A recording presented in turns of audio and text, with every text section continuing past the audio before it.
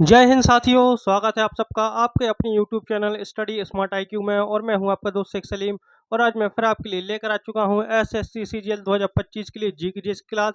जैसा कि आप सभी को पता है, हम इस क्लास को बहुत दिनों से कंटिन्यू कर रहे हैं और आज की जो है ये इसकी 8th क्लास है। इससे पहले हम 7th क्लासेस कर चुके हैं और इसकी 8th क्लास है। और इसमें हम जो है तो GK के प्रीवियस ईयर क्वेश्चन डिस्कस कर रहे हैं जो SSC CGL है उसने पिछले सालों में पूछे हुए हैं। और आज की क्लास में जो है तो हम यहाँ पर 10 सितंबर 2024 शिफ्ट 1 में जो आए थे क्वेश्चन GK के 25 क्वेश्चन पूछता है SSC CGL। तो यहाँ पर जो 25 क्वेश्चन आए थे उनको हम यहाँ पर डिस्कस करेंगे। तो अगर आपको वीडियो पसंद आती है तो लाइक करें, शेयर करें, सब्सक्राइब करना ना भूलें। तो चलिए शुरू करते हैं। इसके अलावा आपके कोई फ्रेंड्स हैं या रिलेटिव्स हैं जो CGL की तैयारी कर रहे हैं तो आप उनको भी ये वीडियो शेयर कर सकते हैं। तो पहला क्वेश्चन देखते हैं कि आप पूछा गया था। तो पहला क्वेश्चन है और यहाँ पर जो क्वेश्चन है ये सीधे लाइन वाइज पूरे लिए हुए हैं, मैंने आगे पीछे भी नहीं किए हुए हैं, बस सीधे सीधे क्वेश्चन यहाँ पर मैंने उनके लिए हैं। तो पहला क्वेश्चन पूछा था, मणिपुर के निम्नलिखित में से किस शहर में जवाहरलाल नेहरू मणिपुर नृत्य अकादमी स्थित है। तो मणिपुर के किस शहर में जवाहरलाल नेहरू मणिपुर नृत्य अकादमी स्थित है, कहाँ पर स्थित है? तो ये मणिपुर के इम्फाल में स्थित है। कहाँ पर? मणिपुर के इम्फाल में स्थित है जवाहरलाल नेहरू मणिपुर नृत्य अकादमी है। फिर हम बात करते हैं, अब यहाँ पर देखते हैं पंडित जवाहरलाल नेहरू के बारे में दिया हुआ है। तो जवाहरलाल नेहरू जो कि भारत के पहले एंड सबसे लंबे समय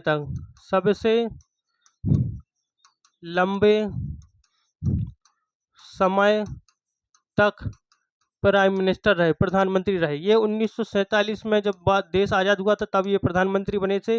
तब से लेकर 1964 तक, जब तक इनकी मृत्यु नहीं हो गई तब तक जो है ये देश के प्रधानमंत्री बने रहे पंडित जवाहरलाल नेहरू। जवाहरलाल नेहरू जो हैं तो ये एक INC का अधिवेशन हुआ था। INC अधिवेशन ये कहाँ पर हुआ था? ये 1929 में लाहौर में ये अधिवेशन हुआ था। इस अधिवेशन में जो पंडित जवाहरलाल नेहरू जो हैं ये इसमें अध्यक्ष थे। और जो जवाहरलाल नेहरू हैं तो इन्होंने इस अधिवेशन में जो है तो इस अधिवेशन में INC की तरफ से पूर्ण स्वराज की मांग की गई थी। इसके अलावा जवाहरलाल नेहरू जो हैं तो इन्होंने द डिस्कवरी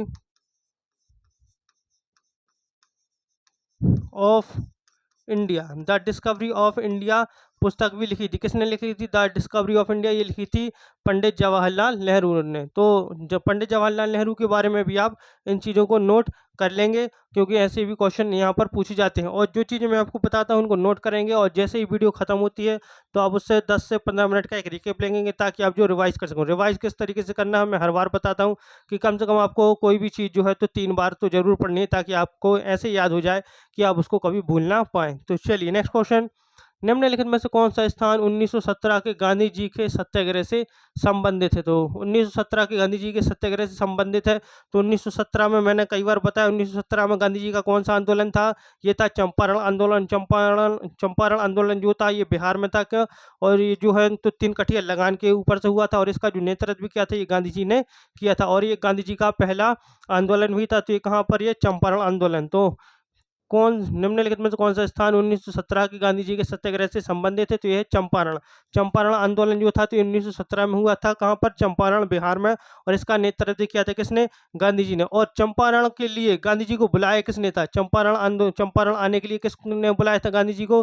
तो ये बुलाया था गांधी जी को इन्होंने, इनका नाम है राजकुमार शुक्ला। राजकुमार शुक्ला ने जो है तो गांधी जी को चंपारण आंदोलन के लिए निमंत्रण किया था। अब हम आगे बढ़ते हैं। अब गांधी जी के बारे में हम थोड़ी सी बात करते हैं। गांधी जी के बारे में मैं कई बार बता चुका हूँ लेकिन आज भी क्या है, गांधी जी यहाँ पर ऑप्शन में यहाँ पर दिख गए तो फिर बताना ही पड़ेगा। तो जो गांधी जी थे मोहनदास करमचंद गांधी, इनको महात्मा भी कहते थे। इनको महात्मा किसने कहा? इनको कहा रविंद्र नाथ टैगोर ने इनको महात्मा कहा। इसके अलावा इनको बापू कहा गया। तो बापू इनको जो कहा था तो ये कहा था राजकुमार शुक्ला ने। किसने? राजकुमार शुक्ला ने। इनको राष्ट्रपिता भी कहा गया।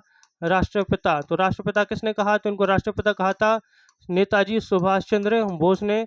इसके अलावा इनको अर्धनग्न फकीर यानी हाफ नेकेड बेगर, अर्धनग्न फकीर, तो अर्धनग्न फकीर जो कहा था तो इनको कहा था विंस्टन चर्चिल ने अर्धनग्न फकीर कहा था। इसके अलावा इनको गांधी जी को साबरमती का संत भी कहते थे। क्या? साबरमती का संत। साबरमती का संत भी इनको कहा जाता है। फिर गांधी जी की बात करें तो गांधी जी जो हैं तो ये 9 जनवरी 1915 को भारत लौटे। ये भारत लौटे, कहाँ से भारत लौटे थे? तो ये जो भारत लौटे थे तो ये कहाँ से लौटे थे? ये साउथ अफ्रीका, दक्षिण अफ्रीका से ये भारत लौटे थे। फिर इनके जो आंदोलन है, तो इनके आंदोलन मैंने बताया 1917 का चंपारण आंदोलन,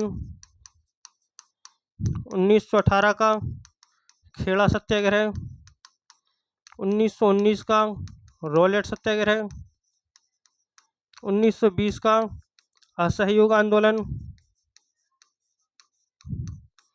1930 का सविनय अवज्ञा आंदोलन,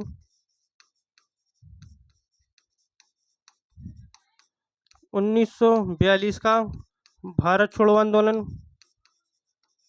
ये सारे आंदोलन हम महात्मा गांधी के। इसके अलावा महात्मा गांधी ने जो भारत छोड़ो आंदोलन हुआ था 1942 में, इसमें इन्होंने एक नारा दिया था, करो या मरो, करो या मरो, यानी डू और डाई। डू और डाई का नारा दिया था महात्मा गांधी ने। इसके अलावा महात्मा गांधी जो है तो उन्होंने नवजीवन, यंग इंडिया, इंडियन ओपिनियन,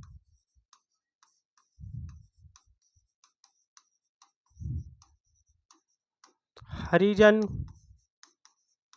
ये पत्रिकाएं चलवाई थी। किसने? महात्मा गांधी ने। इसके अलावा महात्मा गांधी की किताबें हैं the my experiments,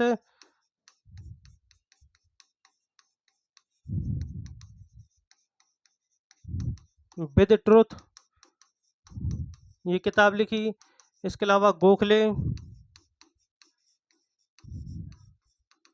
my political गुरु,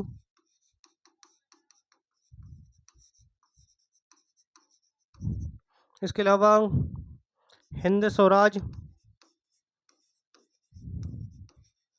ये किताब किसने लिखी? ये लिखी महात्मा गांधी ने। तो ये थी महात्मा गांधी के बारे में। फिर मैंने बता दिया खेड़ा सत्याग्रह।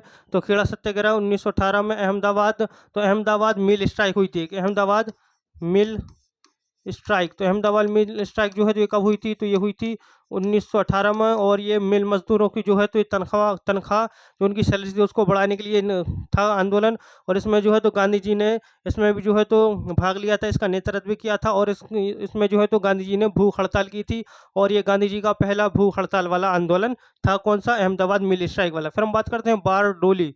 तो बारडोली या बारडोली भी कहा जाता है। तो इसका जो नेतृत्व किया था तो ये कहाँ पर? पहली बात तो ये बारडोली गुजरात में हुआ था। और ये किसानों के लिए था ये आंदोलन। और जो बारडोली सत्याग्रह का नेतृत्व किया था, तो बारडोली सत्याग्रह लिख लीजिए यहाँ पर, सत्याग्रह है। तो बारडोली सत्याग्रह का जो नेतृत्व किया था ये वल्लभ भाई पटेल ने। किसने? वल्लभ भाई पटेल। वल्लभ भाई पटेल, जिनको हम क्या भारत का लौह पुरुष और भारत का बिस्मार्क कहते हैं, इन्होंने इस आंदोलन का नेतृत्व किया था। और इसी आंदोलन के बाद जो है तो जो बारडोली की महिलाएं थी, इन्होंने जो है तो वल्लभ भाई पटेल को सरदार की उपाधि दी थी। तो ये सारी चीज़ें आप इनको नोट कर लेंगे। तो कुछ और रह तो नहीं गया गांधी जी के बारे में? जितनी चीज़ें थी वो मुझे बताने को शायद मैंने बता दी हैं। तो जो कुछ भी होगा तो जब कभी हम डिटेल में इसको डिस्कस करेंगे तो हम भी इसको और ज़्यादा पढ़ेंगे। तो नेक्स्ट है तानसेन संगीत उत्सव किस राज्य सरकार द्वारा आयोजित किया जाता है? जो तानसेन संगीत उत्सव है ये 5 दिवसीय उत्सव है, 5 दिवसीय उत्सव है ये। और ये कहाँ पर? ये जो है ये ग्वालियर में मनाया जाता है। कहाँ पर? ग्वालियर में ये मनाया जाता है। ग्वालियर यानी मध्य प्रदेश सरकार द्वारा इसको आयोजित किया जाता है। और जो तानसेन उत्सव है, जो एक तानसेन थे जो कि किसके दरबार में थे? अकबर के दरबार में थे, इनकी याद में ये मनाया जाता है। नेक्स्ट, कौन सी पंचवर्षीय योजना मुख्य रूप से गरीबी हटाओ पहल पर केंद्रित थी? तो देखिए हमारे देश में कितनी पंचवर्षीय योजनाएं चली। मैंने बताया कि हमारे देश में टोटल 12 पंचवर्षीय योजनाएं चली। कितनी? 12 पंचवर्षीय योजनाएं चली। और इसका जो पंचवर्षीय योजना, इसका कॉन्सेप्ट है जो लिया गया था, तो लिया गया था सोवियत संघ से, यूनियन, ठीक है, सोवियत संघ से लिया गया था। यानी सोवियत संघ, जिसको आज के टाइम पर हम क्या, आज के टाइम पर हम इसको जो है तो क्या, रूस कहते हैं। और जो कितनी 12 पंचवर्षीय योजनाएं चली, सारी की सारी मैं अभी बताऊंगा। लेकिन पहले हम आंसर देखते हैं कि गरीबी हटाओ पहल पर केंद्रित थी। तो जो है ये 5वीं पंचवर्षीय योजना पर केंद्रित थी। कौन सी? 5वीं पंचवर्षीय योजना पर केंद्रित थी। 5वीं पंचवर्षीय योजना जो है ये 1974 से लेकर 78 तक चली थी। और ये पंचवर्षीय योजना सिर्फ 4 साल चली थी। कितने? 4 साल चली थी ये पंचवर्षीय योजना। अब सारी की सारी पंचवर्षीय योजनाएं मैं बताने वाला हूँ, फर्स्ट से लेकर 12th तक। First, second, third, fourth, fifth, sixth, seventh, eighth, ninth, tenth,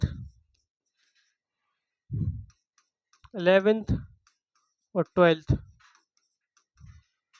पहली पंचवर्षीय योजना 1951 से 56, दूसरी 1956 से 61, तीसरी 1961 से 66, 1969 से चौथी 1969 से 74, फिर पाँचवीं 1974 से 78, छठवीं 1980 से 85, फिर सातवीं 85 से 90, आठवीं 90 से 1992 से 97, नौवीं 1997 से 2002 और 10वीं पंचवर्षीय योजना 2002 से लेकर 2007 तक, 11वीं पंचवर्षीय योजना 2007 से लेकर 12 तक, और जो 12वीं और अंतिम पंचवर्षीय योजना थी 2012 से लेकर 2017 तक चली, और इसके बाद जो है पंचवर्षीय योजनाओं को ख़त्म कर दिया गया। तो ये भी इनको नोट कर लेंगे, क्योंकि कोई सी भी जो पंचवर्षीय योजना है इसको पूछा जा सकता है। संकटग्रस्त हो चुका हब्बा रडिया हेप्टानेरॉन निम्नलिखित में से किसकी एक प्रजाति है? तो जो हब्बा रडिया हेप्टानेरॉन है ये एक विलुप्त प्रजाति है। तो ये विलुप्त प्रजाति किसकी है, यानी ये विलुप्त होने के कगार पर है? घास की प्रजाति, बांस की, बाकी या सारस की, किसकी प्रजाति है? तो ये जो एक प्रजाति है तो किसकी? ये घास की प्रजाति। किसकी?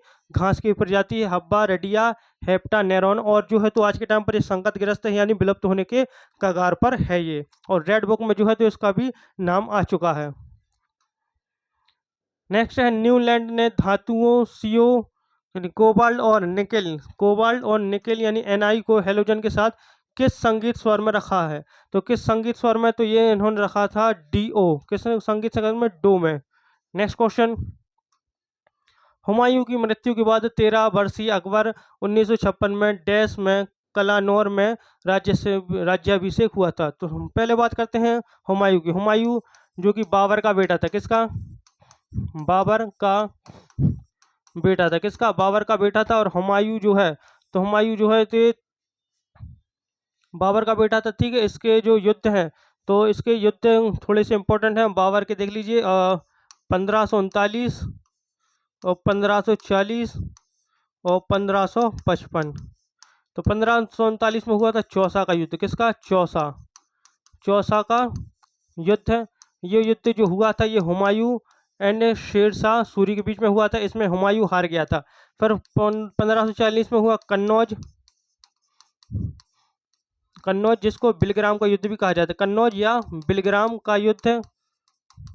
और इस ये युद्ध भी जो है तो हुमायूं एंड शेरशाह सूरी के बीच में हुआ था। इसमें भी जो है तो हुमायूं हार गया था। और इस युद्ध में जब ये हुमायूं हारा तो इसके बाद जो है तो वापस अफगानिस्तान भाग गया था कुछ सालों के लिए, 15 सालों के लिए। और इस तरीके से 15 सालों तक जो है तो मुगल साम्राज्य था ये थोड़ी देर के लिए रुक गया। और फिर इसके बाद शेरशाह सूरी ने जो है तो ये सूरी वंश की स्थापना की थी। फिर 1555 में जब शेरशाह सूरी की मृत्यु हो गई उसके बाद ये फिर से आया हुमायूं।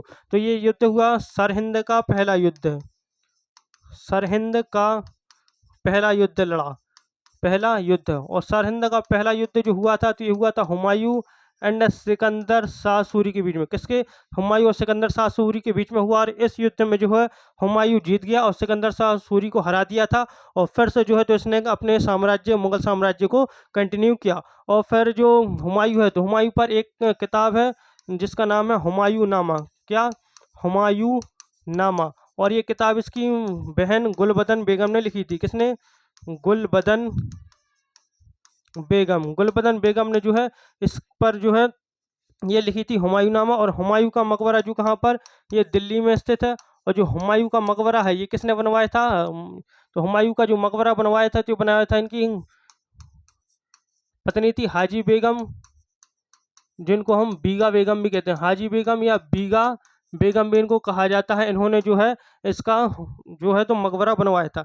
तो अभी अब बात आती है कि 1556 में डैश में कलानौर में राज्याभिषेक हुआ था। तो यहाँ पर राज्याभिषेक हुआ था, तो ये पंजाब में, कहाँ पर, पंजाब में हुआ था। अब यहाँ पर 1556, तो अकबर पता होगा कि 1556 में इसने एक युद्ध लड़ा था, पानीपत का दूसरा युद्ध। ये युद्ध जो हुआ था, तो अकबर एंड हेमू, अकबर और हेमू के बीच में हुआ था। अकबर सिर्फ 13 साल का था, 12 या 13 साल का था इस युद्ध में, लेकिन इसका एक बहुत ही वफादार जो है ट्रस्टफुल पर्सन था। इसका जो उसका नाम था, सेनापति था, जिसका नाम था क्या, इसका नाम था बैरम खान। बैरम खान ने जो है तो हेमू को मार गिराया, और इसके बाद जो है तो इस युद्ध को जीत लिया अकबर ने। और उसके बाद जो है तो फिर कलानौर में 1956 में इसका राज्याभिषेक हो गया था, किसका, अकबर का। और अकबर जो है तो मुगल साम्राज्य का तीसरा बादशाह था, और ये कम से कम 49 और 50 साल तक जो है इसने शासन किया। और अकबर जो है तो इसने बुलंद दरवाज़ा बनवाया, बहुत ज़्यादा इंपॉर्टेंट है बुलंद दरवाज़ा। तो इसने बुलंद दरवाज़ा जो बनवाया था, ये कहाँ पर, ये फतेहपुर सीकरी में बनवाया, फतेहपुर सीकरी। फतेहपुर सीकरी जो कि आगरा में स्थित, यहाँ पर इसने बुलंद दरवाज़ा बनवाया। और बुलंद दरवाज़ा जो बनवाया गया था, तो गुजरात जीत, यानी जो गुजरात है, इस पर इन्होंने विजय प्राप्त की थी। इसी के उपलक्ष्य में इन्होंने जो है तो बुलंद दरवाज़ा बनवाया था फतेहपुर सीकरी, आगरा में। और फतेहपुर सीकरी शहर को भी बसाया था किसने, इसको भी अकबर ने ही बसाया था। तो फिर इसके अलावा इसने आगरा का किला भी बनवाया, आगरा का किला, आगरा का किला बनवाया, इबादत खाना बनवाया, इबादत खाना, इबादत खाना भी बनवाया। और शेख सलीम चिश्ती की जो दरगाह है, उसको भी इसी ने बनवाया था, अकबर ने। और अकबर जो है तो इसने एक धर्म की शुरुआत की थी, दीन ए इलाही, दीन इलाही धर्म की भी शुरुआत की थी किसने, अकबर ने। और इसको सिर्फ एक्सेप्ट कितने लोगों ने, सिर्फ 17 या 19 लोगों ने इसको एक्सेप्ट किया था। तो ये था हुमायूं के बारे में, और थोड़ी सी बातें अकबर के बारे में। चलिए आगे बढ़ते हैं। निम्नलिखित में से किससे किसी स्थान की जलवायु प्रभावित नहीं होती है।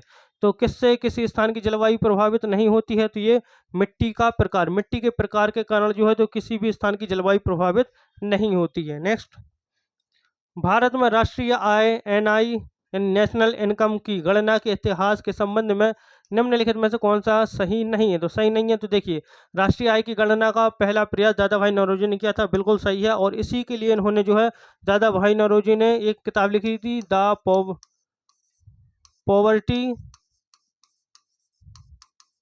And un British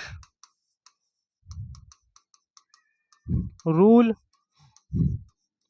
in India, ये किताब लिखी थी इन्होंने इसी के लिए। तो पहला वाला तो सही है। फिर राष्ट्रीय आय की गणना का पहला आधिकारिक प्रयास पीसी महालनोबिस ने किया था, ये वाला बिल्कुल सही है। फिर दादा भाई नौरोजी ने भारतीय अर्थव्यवस्था को दो भागों में विभाजित किया, प्राथमिक क्षेत्र और द्वितीय क्षेत्र, नहीं, ये वाला बिल्कुल गलत है। फिर राष्ट्रीय आय की गणना करने की पहली वैज्ञानिक विधि डॉक्टर VKRV राव द्वारा की गई थी, ये बिल्कुल सही है।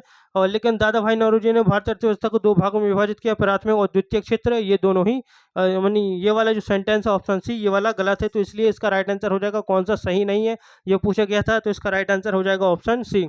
हम बात करते हैं दादा भाई नौरोजी के बारे में। दादा भाई नौरोजी, जिनको grand old man of India, grand old man of India इनको कहा जाता है। और दादा भाई नौरोजी ये INC के, यानी भारतीय राष्ट्रीय कांग्रेस के पहले पारसी अध्यक्ष थे, पारसी अध्यक्ष थे। 1886 के अधिवेशन, जो कि कहाँ पर, ये कलकत्ता में हुआ था, यहाँ पर जो है ये अध्यक्ष थे। कौन, दादा भाई नौरोजी। दादा भाई नौरोजी जो है, इसके अलावा 1893 के लाहौर अधिवेशन में भी अध्यक्ष रहे, और 1906 के कलकत्ता अधिवेशन में, यहाँ पर भी जो है ये दादा भाई नौरोजी अध्यक्ष रहे थे, क्योंकि दादा भाई नौरोजी जो है ये INC के 3 बार अध्यक्ष बने थे। फिर Dada Bhai Naoroji grand old man of India कहा जाता है इनको। और इन्होंने poverty and un British rule in India, ये पुस्तक लिखी। और जो दादा भाई नौरोजी हैं, तो ये British house of Commons, British house of Commons में चुने जाने वाले पहले भारतीय थे, पहले भारतीय थे। कौन, दादा भाई नौरोजी, जिनको grand old man of India कहते हैं हम। नेक्स्ट, निम्नलिखित में से कौन श्रीलंका के भौगोलिक निकटता में है? तो श्रीलंका के भौगोलिक निकटता में है केवल कराईकल, कराईकल और यानम माहे या केवल यानम? तो ये है इसकी भौगोलिक स्थिति में केवल कराईकलम, ठीक है, भौगोलिक निकटता में। नेक्स्ट क्वेश्चन, राज्य के नीति निर्देशक तत्वों के बारे में निम्नलिखित में से कौन सा कथन गलत है? तो देखिए, जो राज्य के नीति निर्देशक तत्व हैं, इनके सिद्धांत हैं, तो इनका जो कॉन्सेप्ट है ये कहाँ से, ये आयरलैंड से लिया गया, आयरलैंड, आयरलैंड से इनको बोरो किया गया। और इसके जो है तो ये संविधान के भाग 4 में आता है, भाग 4 में अनुच्छेद 36 से लेकर अनुच्छेद 51 तक। तो देखते हैं कौन सा कथन गलत है। वे व्यक्तियों के कल्याण को बढ़ावा देते हैं, इसलिए वे व्यक्तिगत और व्यक्तिवादी हैं। तो ऑप्शन ए ही गलत है, तो इसलिए इसका राइट आंसर हो जाएगा ऑप्शन ए। नेक्स्ट क्वेश्चन, निम्नलिखित में से कौन सा त्यौहार गुरु नानक देव जी की जन्म दिवस के रूप में मनाया जाता है? तो गुरु नानक देव जो कि सिख धर्म के संस्थापक हैं, सिख धर्म के संस्थापक और इनके पहले गुरु थे, सिख के पहले गुरु भी थे, सिख धर्म के पहले गुरु भी थे। तो इनके जन्म दिवस पर जो कौन सा त्यौहार तो मनाया जाता है गुरु पर्व। कौन सा? गुरु पर्व मनाया जाता है। और जो गुरु पर्व है इनके जन्म दिवस पर मनाया जाता है। अगर हम पूछें इनका जन्म कहाँ हुआ था, तो इनका जन्म जो हुआ था ये तलवंडी, तलवंडी लाहौर पाकिस्तान में जो है इनका जन्म हुआ था। और इनकी अगर पूछा जाए कि इनकी मृत्यु कब हुई, तो इनकी जो मृत्यु हुई थी, तो इनकी मृत्यु करतारपुर, करतारपुर पाकिस्तान में जो है इनकी मृत्यु हुई। फिर यहाँ पर देखेंगे बैसाखी, तो बैसाखी त्यौहार, तो ये भी एक पंजाब का त्यौहार है, पंजाब, पंजाब एंड हरियाणा, इसके अलावा भी कई और राज्यों में मनाया जाता है। और ये कृषि का त्यौहार है। छप्पर मेला जो कि कहाँ पर, ये भी पंजाब में लगता है, पंजाब के लुधियाना में। कहाँ पर? लुधियाना में ये लगता है। और होला मोहल्ला जो है, तो होला मोहल्ला भी कहाँ पर, ये पंजाब में मनाया जाता है। ये सिखों से संबंधित त्यौहार है होला मोहल्ला। नेक्स्ट, 30 नवंबर 2022 को राष्ट्रपति भवन में आयोजित राष्ट्रीय खेल और साहसिक पुरस्कार 2022 समारोह में कितने पुरस्कार प्रदान किए गए थे? तो इसमें जो प्रदान किए गए थे ये 44 पुरस्कार प्रदान किए गए थे। और ये जो है ये करंट अफेयर्स का क्वेश्चन है, आपको यहाँ पर दिख रहा होगा, क्योंकि 2022 के पूछा गया था। तो करंट अफेयर्स भी आपको याद करके जरूर जाने हैं। किस सरकार ने 2022 में पंडित अनिंदो चटर्जी नामक प्रतिष्ठित ताल वादक को बंग विभूषण पुरस्कार से सम्मानित किया गया था? तो ये पश्चिम बंगाल सरकार ने। किसने? पश्चिम बंगाल सरकार ने। भारतीय रेलवे 2019-20 के अनुसार भारत में सबसे बड़ा रेलवे ट्रैक किस राज्य में है? तो सबको पता है सबसे बड़ा जो रेलवे ट्रैक है ये कहाँ पर, ये उत्तर प्रदेश में है। कहाँ पर? उत्तर प्रदेश में। मार्च 2023 में भारत के 28वें नियंत्रक महालेखा परीक्षक सीजीए के रूप में किसे नियुक्त किया गया था? तो 2023 में नियुक्त किया गया था। तो ये थे कौन? तो ये थे एसएस दुबे। कौन थे? एसएस दुबे। अब एक क्वेश्चन मैं आपसे पूछता हूँ कि आज के टाइम पर 2025 में हमारे देश के नियंत्रक एवं महालेखा परीक्षक सीजीए कौन है? इसका जवाब जो है आप आंसर करेंगे कमेंट में मुझे। ब्रिटिश भारत के किस गवर्नर जनरल ने राजा राममोहन रॉय की मदद से सती प्रथा को कानूनी तौर पर समाप्त करने में मदद की? तो जो सती प्रथा खत्म की गई थी ये कब? ये 1829 में सती प्रथा को पूरी तरीके से खत्म किया गया था। और जो किया था तो ये किया था किसने? तो ये किया था लॉर्ड विलियम बेंटिक ने। किसने? विलियम बेंटिक ने। और जो विलियम बेंटिक था ये कौन था? विलियम बेंटिक जो है ये बंगाल का अंतिम एंड भारत का पहला गवर्नर जनरल था। भारत का अंतिम, बंगाल का अंतिम, भारत का पहला गवर्नर जनरल था विलियम बेंटिक, जिसने 1829 में सती प्रथा और 1830 में ठगी प्रथा को इसने खत्म किया था। फिर हम बात करते हैं अब यहाँ पर राजा राममोहन रॉय के बारे में बात कर लेते हैं। राजा राममोहन रॉय, तो इनको राजा की उपाधि किसने दी थी? तो सबसे पहले तो यही आता है कि इनको राजा की उपाधि जो दी थी एक मुगल बादशाह थे जिनका नाम था अकबर द्वितीय। अकबर द्वितीय जो कि एक मुगल बादशाह थे, इन्होंने राममोहन रॉय को राजा की उपाधि दी थी। इसके अलावा जो राजा राममोहन रॉय हैं ये आधुनिक भारत के जनक, फादर ऑफ मॉडर्न इंडिया, आधुनिक भारत का जनक। इसके अलावा इनको भारतीय पुनर्जागरण, पुनर्जागरण का जनक। आधुनिक भारत का जनक और भारतीय पुनर्जागरण का जनक भी कहा जाता है राजा राम मोहन रॉय को। राजा राम मोहन रॉय जिन्होंने 1815 में आत्मीय सभा की स्थापना की। किसकी? आत्मीय सभा। इसकी सभा की स्थापना कहाँ पर इन्होंने की थी? कलकत्ता में। कहाँ पर? कलकत्ता में। फिर 1828 में इन्होंने ब्रह्म समाज की स्थापना की। किसकी? ब्रह्म समाज। ब्रह्म समाज की स्थापना की। ये भी कहाँ पर? इन्होंने इसकी कलकत्ता में की थी। इसके अलावा इन्होंने कुछ पत्रिकाएं चलवाई थी। इनकी जो पत्रिकाएं थी, तो इनकी पत्रिकाएं थी संवाद, कौमुदी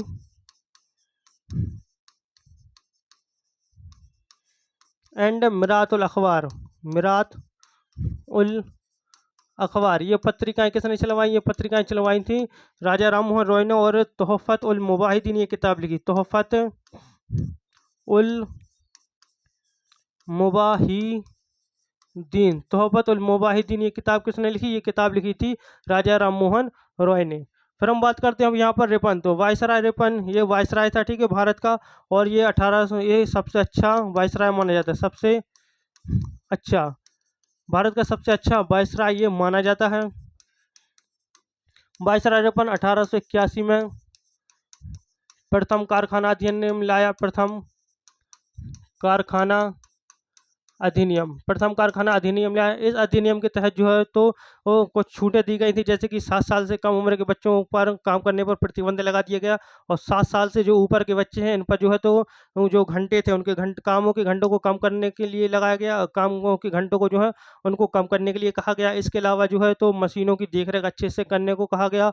और जो है तो काम दिन में जैसे होता है तो लंच ब्रेक भी इसमें दिया जाना था। नहीं तो पहले लंच ब्रेक नहीं दिया जाता था। इसके दौरान जो है जब 1881 में प्रथम कारखाना अधिनियम है, इसके तहत जो है तो ये लोगों को दिन में 1 घंटे का लंच ब्रेक भी दिया जाता था। और उनके कामों के घंटों में भी कमी की गई थी। फिर इसके अलावा इसने जो है तो वर्नाक्यूलर प्रेस एक्ट खत्म किया। वर्नाक्यूलर प्रेस एक्ट जो कि आया कब था? 1878 में, लेकिन इसको ख़त्म किया गया 1882 में। ख़त्म कर दिया था किसने? वायसराय रिपन ने। और इसके अलावा वायसराय रिपन जो कि हंटर कमीशन लेकर आया था। और इसके अलावा एल्बर्ट बिल विवाद भी इसी के समय पर हुआ था। फिर कर्जन जो कि भारत का वायसराय था, इसने 1905 में बंगाल का विभाजन किया। बंगाल का विभाजन की घोषणा की थी, जिसको बाद में 1911 में ख़त्म कर दिया गया था। और जो एक चीज़ और, रिपन जो है तो ये स्थानीय स्वशासन का जनक कहा जाता है। स्थानीय स्वशासन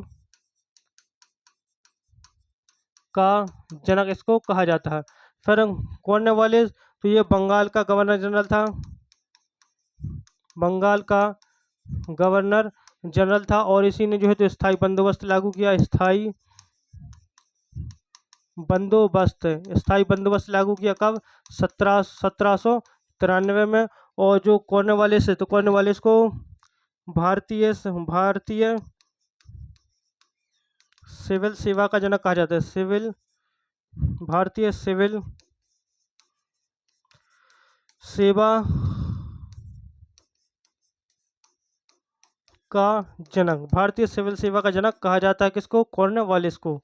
नेक्स्ट क्वेश्चन, संसद ने निम्नलिखित में से किस अधिनियम को निरस्त करने और बदलने के लिए समुद्री सहायता से नेविगेशन विधेयक 2021 पारित किया? तो किया था प्रकाश स्तंभ अधिनियम 1927।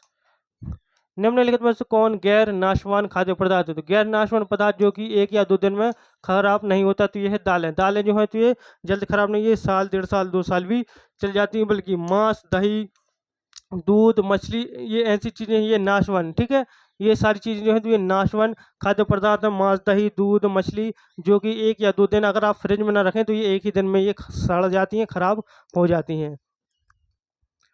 प्रथम एशियाई कबड्डी चैंपियनशिप कब आयोजित की गई थी? तो आयोजित की गई थी 1980 में। कहाँ पर? कोलकाता, भारत में आयोजित की गई थी। निम्नलिखित में से कौन FIH पुरुष हॉकी विश्व कप 2023 का शुभंकर था? तो देखिए इसके पहले मैं इमेज दिखा देता हूँ। तो इसकी इमेज देखिए, ये है इसकी इमेज। और इसका जो नाम है तो इसका नाम क्या है? इसका नाम है ओली। क्या? ओली। ऑप्शन सी, इसका नाम है ओली, ठीक है। FIH पुरुष हॉकी विश्व कप 2023 का मैस्कॉट शुभंकर था। कौन? ओली। देखिए ये है कछुआ एक, ठीक है। महाबलीपुरम दक्षिण भारत के निम्नलिखित में से किस साम्राज्य के अधीन मंदिर वास्तुकला का एक महत्वपूर्ण केंद्र बनकर उभरा? तो इसका राइट आंसर हो जाएगा पल्लव वंश के समय। और पल्लव वंश का संस्थापक सह विष्णु था। कौन? सह विष्णु पल्लव वंश का संस्थापक चोल वंश का विजयालय चोल, चेर का उथियन चेर, और चालुक्य का पुलकेशिन प्रथम। आगे बढ़ते हैं। गर्म प्लेटिनम सतह पर गैसीय अमोनिया का अपघटन उच्च दाब पर डैश क्रम की अभिक्रिया है, तो ये शून्य क्रम की अभिक्रिया है, ऑप्शन बी। नेक्स्ट, भारतीय संविधान ने डैश की स्थापना की, तो भारतीय संविधान ने जो है तो ये स्वतंत्र न्यायिक प्रणाली की स्थापना की थी। कौन से जीव एबीज के रूप में वर्गीकृत है, तो एबीज के रूप में वर्गीकृत जो है तो ये है पक्षी। कौन है? पक्षी। तो ये थे हमारे आज के क्वेश्चन एसएससी सीजीएल 2025 के लिए, जिसमें हमने प्रीवियस ईयर क्वेश्चन डिस्कस करे। तो आई होप आपको हमारी ये वीडियो पसंद आई हो। अगर वीडियो पसंद आती है तो लाइक करें, शेयर करें, सब्सक्राइब करना ना भूलें हमारे चैनल को। तो मिलते हैं आपसे अगली वीडियो में, तब तक के लिए good luck and goodbye. Thank you.